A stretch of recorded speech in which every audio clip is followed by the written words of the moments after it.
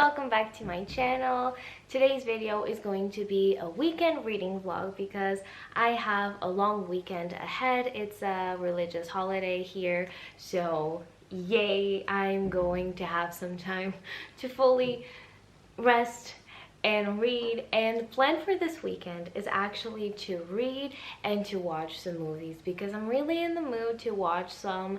I have some on my to be watched list for a while, and I'm in the mood, so I'm going to take advantage of that. But I don't really have any plans for what I'm going to read. So this is going to be the most mood reading vlog ever. Since it is Friday currently, I can update you on what I'm currently reading just for the sake of it.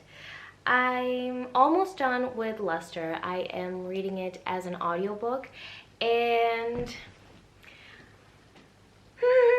I actually started reading Luster because I finished Cleopatra and Frankenstein, and I loved it.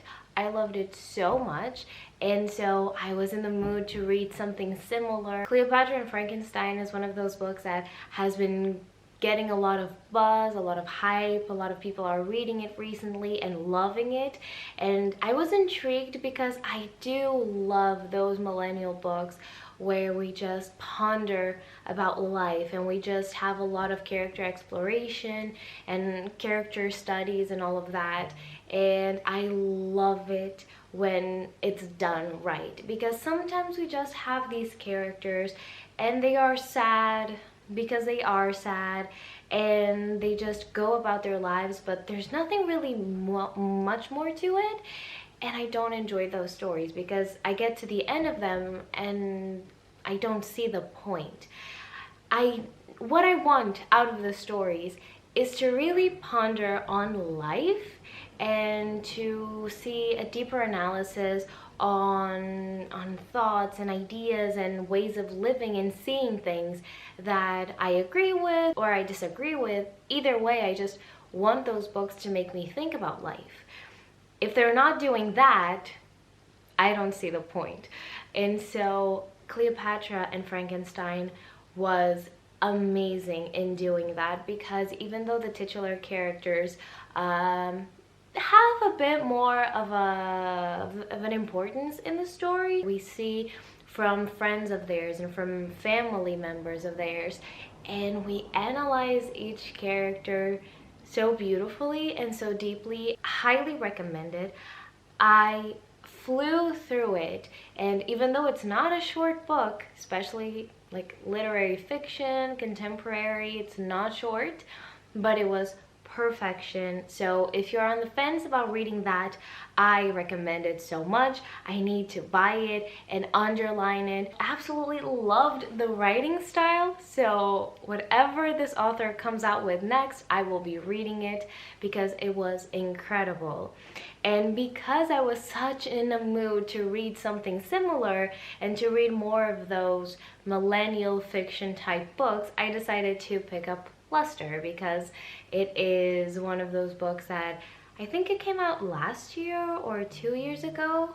I'm not sure. It was very buzzed. A lot of people loved it. It was a favorite, but at the same time, I saw naturally the other side of the spectrum where people hated it and it was just not good for them. So I was curious to see what I thought, especially because I was such in the mood to read a story like that. And I think, quite honestly, especially because I'm a mood reader, that is the way to go. Because if you're not in the mood to read those types of stories, they're just going to be annoying. These characters are very self-involved. They're very focused on themselves, and even though they are analyzing others and their lives, it's really all about them. So if you're not in the mood for that, it'll be annoying. And here, even though I am enjoying the writing style, I'm not enjoying this story so much. It has points of contact, so it is possible that you read one and enjoy the other, like Luster and Cleopatra and Frankenstein. It is possible to enjoy both, That has not been my experience though. This, I have half an hour left, so I'm not expecting that much to change. I'm not expecting there to be some type of revelation because it's not that type of book. This one actually talks a lot about abortion and women's rights and what people, how having access to that affects your life. And I found that I wasn't expecting to read that, so I enjoyed that discussion. I enjoyed the writing style. It's just that the whole story, the plot of the story does not seem feasible, realistic, and it just seems a little odd. These characters don't feel real to me. And then the other one that I'm currently reading is An Arrow to the Moon by Emily Exarpan, and this one I am 56 pages into it, so not very far, but this also reads very quickly, and from what I've read so far, I think this will be cute. This is, like it says on the back, a Romeo and Juliet meets Chinese mythology kind of retelling. And we have our main characters, Luna and I forget the other, and Hunter. We have Luna and Hunter, so our Romeo and Juliet type of characters. And so far we just know that they were born after something magical, some celestial event happened. We also know that their families are rivals. Already we can see that immediate spark that is so typical of Romeo and Juliet, that insta something. I cannot say too much about this one because I haven't read that much yet, but this feels, the chapters are very short, so this is one of those books that you want to fly through. I'm really in the mood to watch the new Dylan O'Brien movie because if you don't know, I am a Dylan O'Brien girly. I love him so much. I feel like he's so underrated and he doesn't do enough movies. I would love to see him do more, and he is so funny. If you know, you know. If you understand it, let's talk about it in the comments. But I'm so excited to watch his new movie with Zoe Deutsch as well, who I love. I'm really not sure what I'm in the mood for, but naturally I'll be updating you as I make those decisions.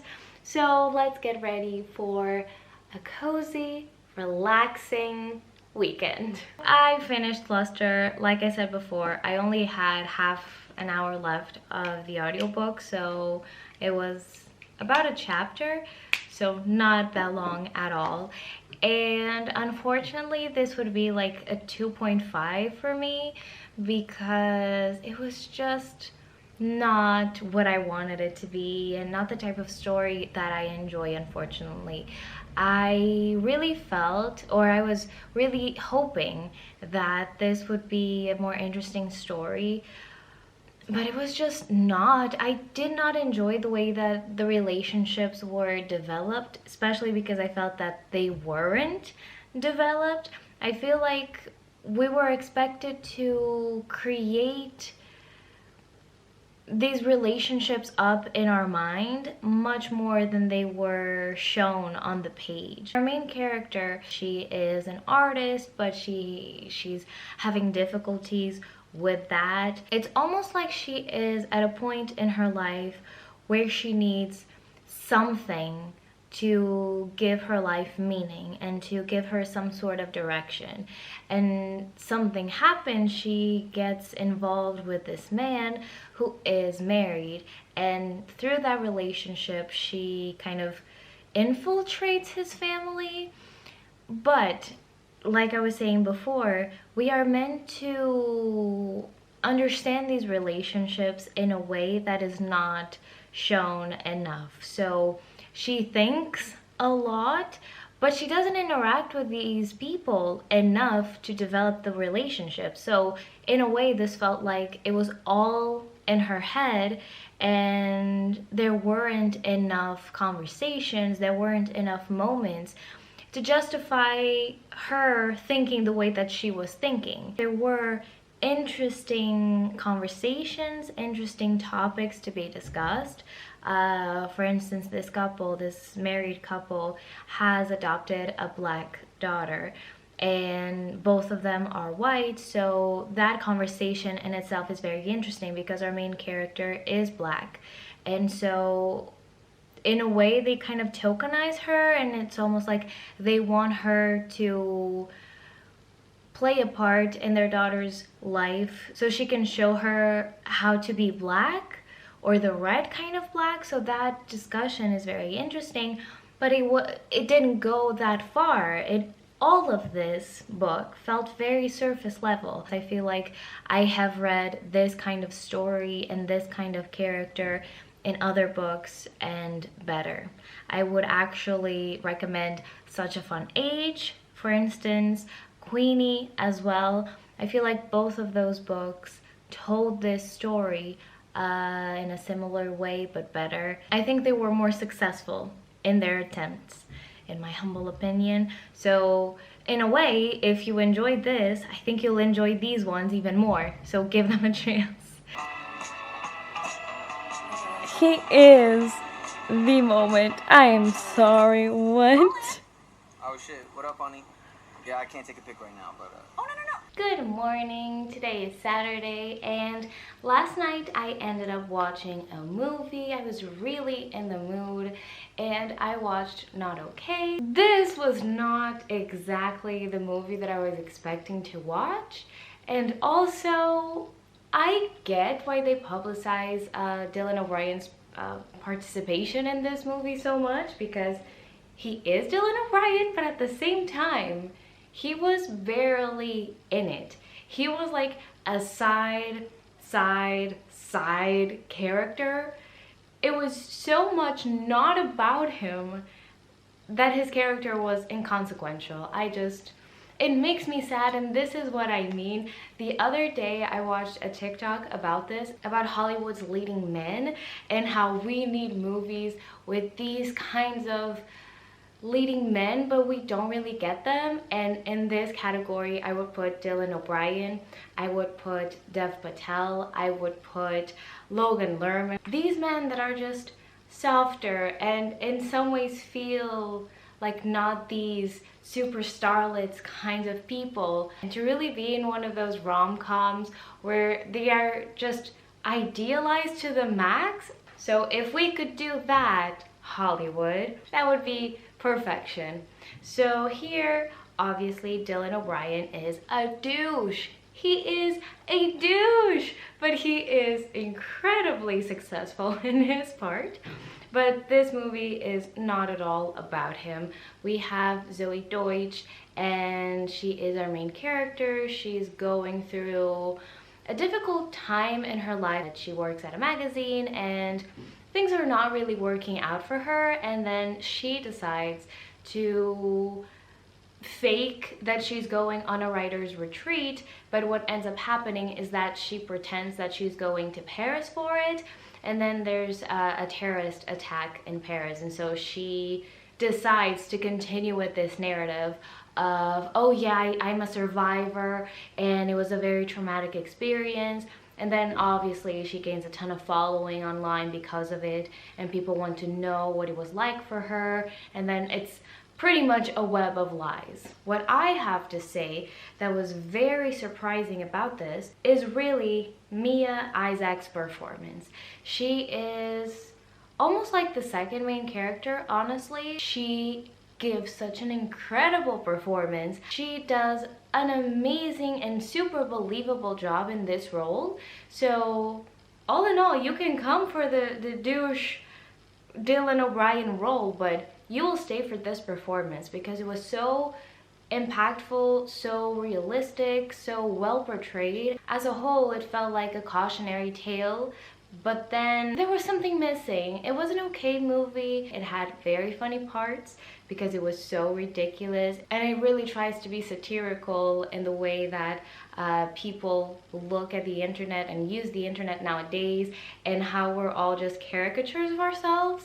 So that part of it, that aspect of it was interesting, But yeah, I feel like it could have gone a little deeper. Maybe it was not the intent of the movie, and that is okay. But I did enjoy the ending of this movie and how we just sit in the discomfort of not having a redemption arc. If you've watched this movie and you want to talk about it, I'm more than happy to do so. I love watching movies and commenting on them. It's so much fun. I used to do this a lot more when I was younger. I would binge movies like the whole day, and I was really on top of my film game. But then I think I burned out a little bit, and so I'm much more of a casual movie watcher nowadays. But still, I love it. I'm so in the mood to watch movies this weekend, so I'm going to take full advantage of that. I'm not sure what movie I will be watching next, but I'll talk about it once I do. In terms of reading, I started last night Everyone in This Room Will Someday Be Dead by Emily Austen. I am once again listening to this on audio and continuing with the mood of young women figuring out their lives in their 20s. Some of them are a little bit depressed. I think that is the case with this main character as well.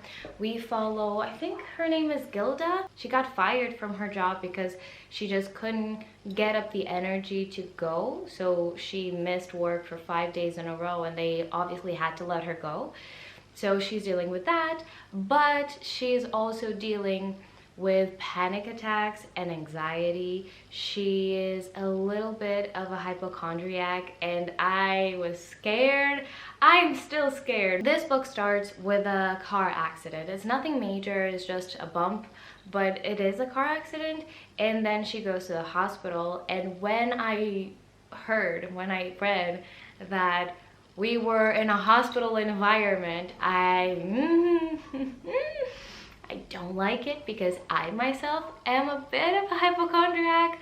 So if we could not have symptoms being described and all of that, that would be swell. But because she is more descriptive when it comes to her panic attacks, and those symptoms are not as triggering for me, I'm fine with reading this book.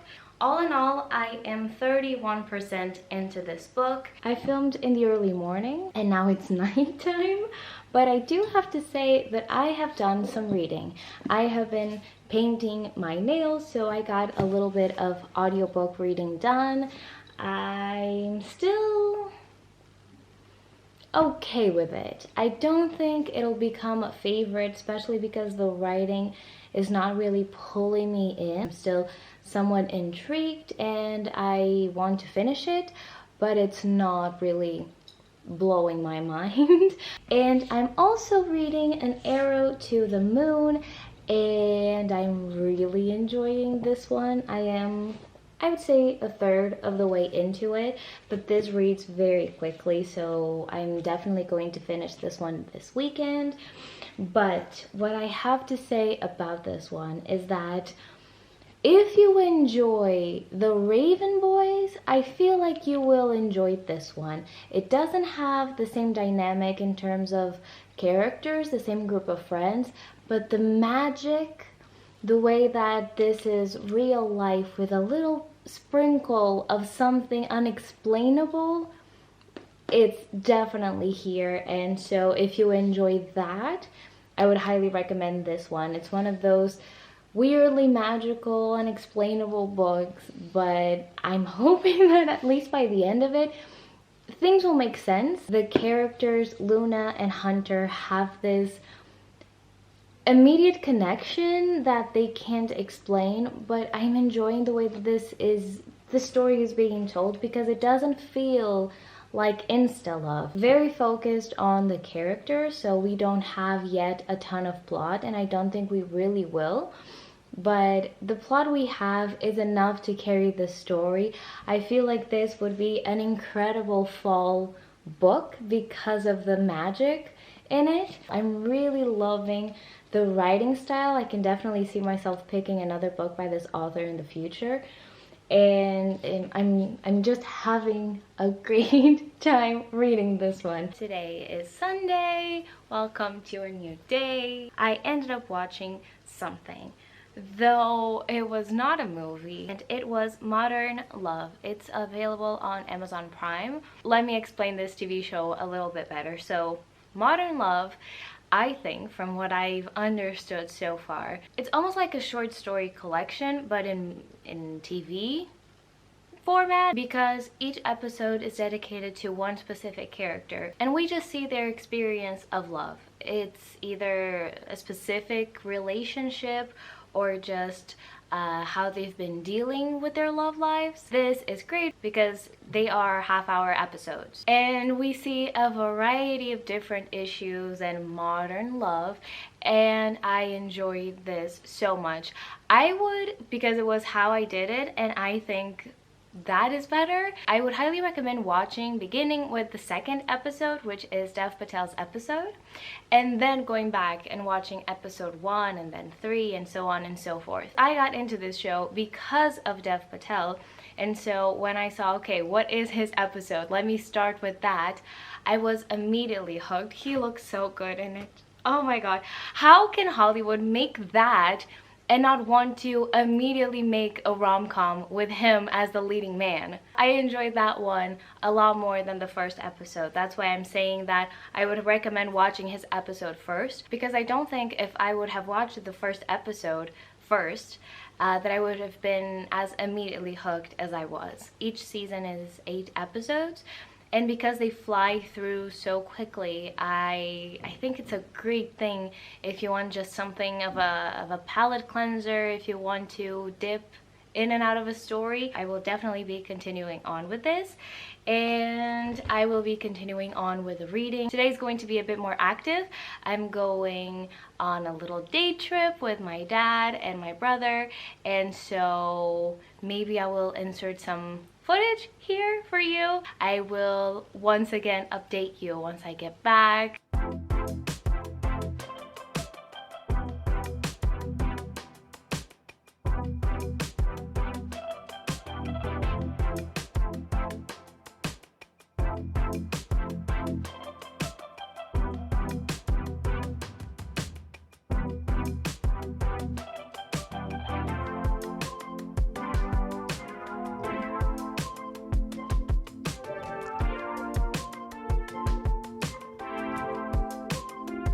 I'm back home. It was so much fun, and obviously I left the house, so that means I managed to get some books.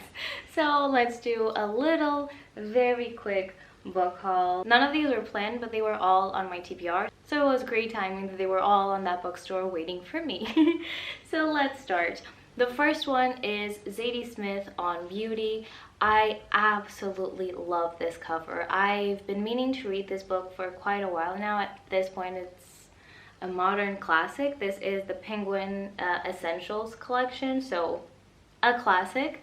And I've never seen this physically before. I've never read anything from this author before, but I've heard very good things. Also got Love in Color by Bolu Babalola, and this author has me so intrigued because everybody raves about their books. Her newest book just came out, Honey and Spice, and everybody is raving about it. I really want to read that one. It's not very long at all, so I'm hoping to love it too. The tagline is Mythical Tales from Around the World Retold, so possibly more of a short story collection.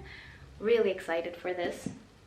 Then we have a classic, once again, not a classic yet, but on its way, and this is On Earth We're Briefly Gorgeous by Ocean Vuong. I love this cover, and it's one of those that initially I wasn't so sure about, but then you hear so many raving reviews, and the subject matter seems really fascinating. This is about the author trying to write a letter to his illiterate mother, and I think trying to show her his life and how he thinks about things and what he wants out of life. So that communication and the lack of communication sounds like a very interesting subject to analyze and to develop in a book. So I'm really excited to pick this one up. Also, the fact that everyone says that this is incredibly well written, incredibly lyrical, has me on board. Absolutely on board. So I'm really happy that I finally got this one. And finally, we have People Person by Candice Carty Williams, the author of Queenie. And I was very late to this because I knew the existence of this book very close to the release date, and this is a 2022 release. And I absolutely loved Queenie. I absolutely loved the way that this author writes. And so yeah, the 2022 release, I was just checking for that. And I'm really excited. From what I've heard, this is about a group of friends, I think in their 20s. She's 30. Okay, so 20s, 30s. Either way, I just absolutely loved Queenie, so I'm hoping that I love this one too. And this whole dynamic of friend groups, siblings, I love that. Sign me up. Hoping that I get to this one soon. This is my haul, and I'm going to take a shower, take my makeup off, and get some reading done. I'm hoping to finish the audiobook for Everybody in This Room Will Someday Be Dead, something like that. I'm hoping to finish that one today, and then probably watch a movie. We'll see. It's time to wrap up the vlog, so let's talk about the last thing I finished and the last thing I watched. So first, let's talk about the book. I finished An Arrow to the Moon by Emily Exar Pan, and I really enjoyed this. If you are a fan of When the Moon Was Ours by Anne-Marie McLemore and The Raven Cycle by Maggie Stiefvater, I think you should definitely pick this up because it has those same elements of real life mixed in with a touch of magic, and everything just flows so beautifully. I absolutely loved the writing style in here. So even though this is the first time I'm reading from this author, I'm going to pick more of her books up in the future. I really enjoyed this story. It felt like a fairy tale, and it is inspired by Chinese mythology and by Romeo and Juliet, and you can definitely see those influences here. It just worked. It worked so well. I don't want to spoil it because already having these references and other titles that I feel are similar to this one, I feel like it's already saying enough. You don't need to know that much going into this. It starts very normal, very real life, but then slowly but surely takes a turn for the magical, and it just worked really well. I would also say that this is a perfect book for the fall. It has that little bit of whimsy and of mystery that really fits the mood of the season. So this one was just perfect timing. And then let's talk about something else that I started watching. I really made a fool of myself. I really was just lying to myself when I said that I was in the mood to watch movies, because I only watched the not okay one, because then I was in the mood. I was discovering shows. And what is the show that I decided to watch? Nothing more, nothing less than It's Okay to Not Be Okay. Yes, you heard that right, the K-drama. Why do I feel that this is going to take over my life? I never thought that K-dramas would be for me, because the little snippets that I would watch felt like the acting was a little over the top, and I feel like there are probably a lot of K-dramas out there that are more over the top because they are kind of silly, too cutesy.